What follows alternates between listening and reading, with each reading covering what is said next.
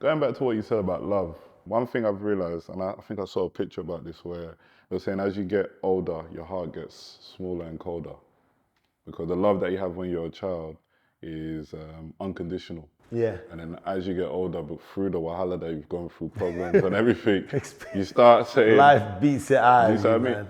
But I still feel like at the stage you're at in life, the love is still very much pure. Like you can feel it, you know what I mean? And Yeah. I'm sure when people watch back, they'll be like, this guy has still got so much to give.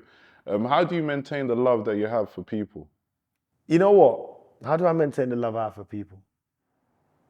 I keep it love.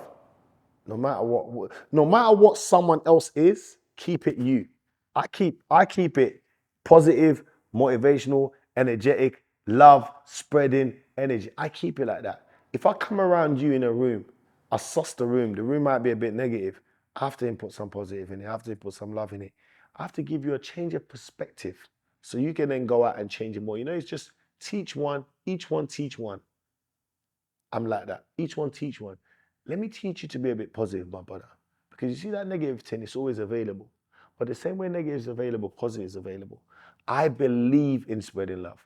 I have people that have done things to me and people are like, oh, why didn't you this? Why didn't you that? I'm like, bro, I don't have the time. I believe it was a lesson for me to learn. And like when you go to uni, you pay for masters. I've I'm not someone that's gone into the working field. So a lot of things I've had to learn is I've had to pay for it. So this is my lessons. And those lessons have helped me realize, okay, you know what? You can be a certain type of person. Not everyone F's with you, but don't change the kind of person you are. I don't want to be someone that says, oh, F the world, who cares? No one. No, that's not me, bro. That's not me. Because why? The next footage I do, I'm loving person again. So let me just stay the kind of person I am. Let the person watch it and realize that this guy's just radiating of good vibes. It's not external. Life is not external, it's internal. What you radiate outside is what you're doing inside. Is what's fueling you on the inside is what's coming out on the outside. So when people see me, I'm like, yo, my boy, what I go and love, man. I'm always spreading it. It's on my inside. It's not because I saw you, it is. Yeah, I can see a stranger and be like, oh, what's up, uncle? You okay? You have to try and become that kind of person. You have to always spread love, always try and do good, always try and leave people in a better place than you met them. You understand? It's like a hadith or something in the Quran that says like, when someone comes to you in a problem, you might not be able to solve their problem, but release some of their problem for them. If you have 10 problems, then maybe I can help you with conversating with you. You're going to feel like, hang on, that conversation really helped. Yeah, that's the way I see things. So as I said, in a lot of readings, I became a better person. I became a better person. I know I became a better person. You still have some behaviors that tend to not want to go away, but we personally hold on to them because we feel like if I get rid of this, people are going to mug me. No, get rid of those behaviors that are toxic. It's not good for you. And because it's not good for you, it radiates through you to others. And then they can feel it and start saying, look at that weird guy, look at that mug, look at him, who does he think he is? But when you're constantly radiating for better through good, even if they wanted to say that, they'll be like, oh, that guy is this, that guy is that. But it shows love though. They'll still implement those things that you've done and you do. So that's what it is, bro, man. Just keep on doing it. Like, but I remember where I met you. I remember the things you used to say. So I thank God I can sit here in front of you today and you're telling me that this is the first time you saw on camera. I'm very glad I'm the one that you did it with. I'm sorry, everyone. He didn't do it with you. He did it with me. And I appreciate that because it shows that you must be at a comfortable level. For you to sit and do something for the first time, it's because you've been given comfort. You know at the end of the day, no, this is my brother. We've never sat down for hours before this, but we've spoken a lot of minutes that's created hours. And that's why we're here. So I'm glad and I'm happy that I'm doing it with you. The other person I'll do it with, yes, they're part of the Goodman factory. But you are someone that, bruv, I'm happy I did that with you, my bro, because then I'm going to now look forward to seeing you do it more and more. Then I want to see you in front of the camera. Why? Because that's the stages of life. You don't need to be afraid. Someone's going to be, what? Why all of a sudden you're doing that? But you didn't do it before. I felt comfortable that day. And that's the beginning of success. When you start finding comfort in things that you know belong to you and you belong to, like, you know you belong to this media knows it belongs to you. I know I belong to speaking knows it belongs to me. Now, I could have come here for anything else. But the one thing I'm glad and much happier about is the fact that I've created a first time with you. That means a lot to me. And that's love. And I appreciate the love. And I think what this has done and what it will show to other people is just that whole like how the energy you gave me 5 years ago has spurred off to having cameras in front of you, mics, studio. And you see how it's just amplified like a butterfly effect where it's just more and more and more. And also what I have shown people in my community, the same way you've shown me that love in your community. And I think like I'm more keen on the young boys a lot because like I feel like there's not a lot of love, especially from us to them. There's a gap between us and them. And I've always like said, okay, how can I do it? And thank God for the internet and technology. We're able to do it through video, through YouTube and all these platforms. And a lot of kids, youngers that are under 30 that are watching this. And I feel like we should kind of like start talking about the stuff where what would you do in those stages of your life? So I'm a 20-year-old and I've decided not to go uni. What would be the first thing you would do at 20? Just come out of college, finish all compulsory education. If I go back in time, if I could go back to when I was 20 and I'd make better decisions, number one. What is the things that I would do? I would work, number one, and I would not squander money. You see, no matter how much you think you have money, you always need money.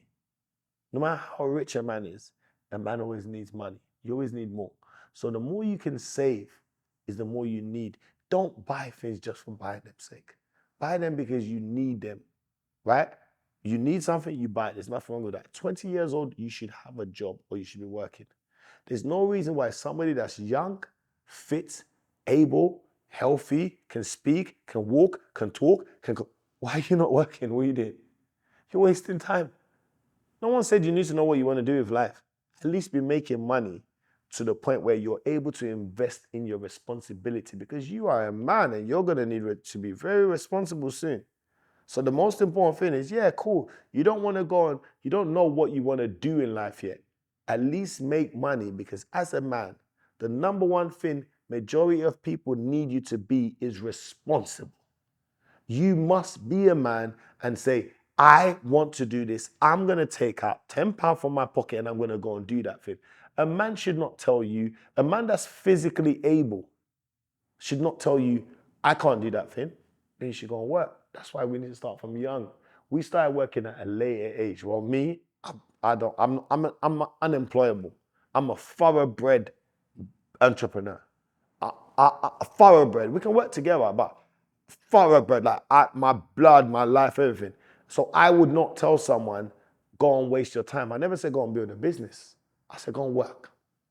Go and learn how to mop the floor. Go and learn how to paint. Go and learn how to plumb. Go and learn a skill and realize the one you're good at. And then when you finally save up money, invest in it and go and start doing it.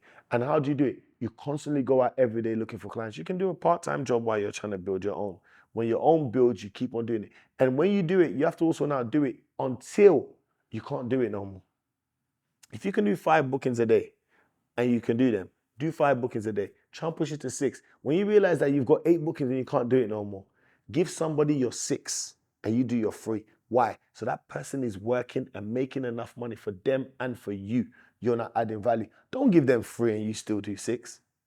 This is the steps that you must take. So 20, 21, 22, 23, 24, 25, 26, 27, 28, 29, 30. It's working years. You can be in a relationship. That's up to you. Enjoy your life. No one said don't be. It's still working years. Because from the age of 30, it's now people are going to question you and like, what's your responsibilities? What is it? What are you taking care of? What are you doing? And that's because of your previous investments in yourself, where you were working, where you were saving. It showed your money management. Do you understand? No one said you need to have $1 million, but you need to have enough to take you from point A to point B to get A. If I know money is by that chair and I can't get to that chair, I can't get money. So the least I can do is have enough money to get to that chair, to get more money, to come back here, to get back to that chair. Then one day I have 2 chairs there, meaning I've doubled it. But I only still need single. I only need 1 to go, but I need to get as much as I can when I do go. Just need to work, bro. I didn't mention relationship. I didn't mention hanging out with friends. I didn't mention going this. Do whatever you want. That's your own. I would not advise you to. Minimal fun, maximum responsibility. When you work from 9 in the morning till 9 in the evening, you'll be tired. For you to say you want to go and hang out with your friends till 2 in the morning, it's unlikely because you know you have to wake back up at 7.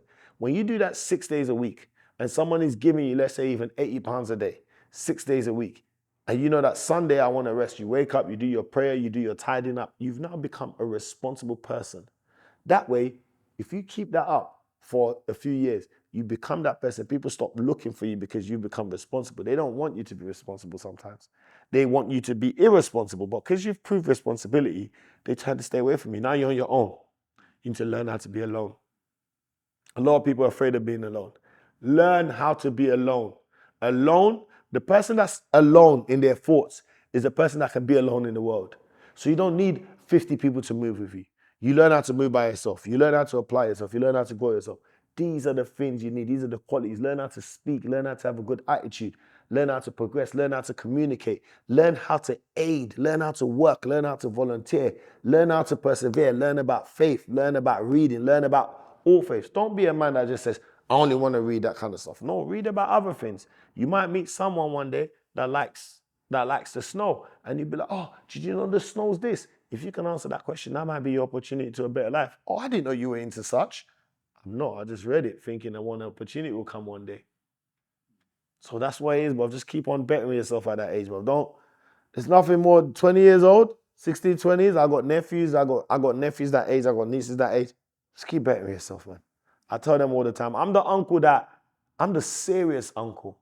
You know them uncles where, nah, you want something, Will give you. Like you go to your prom, you want this, I'll give you. But I'm the uncle that when you come to me, I'm never ever gonna appreciate you being lazy. I will tell you, what are you doing? Do you know how much talent you have? But you want to waste it. Then you start thinking. So it's either you stay away from me as an uncle, or you come close to me and you better yourself. There's no other way.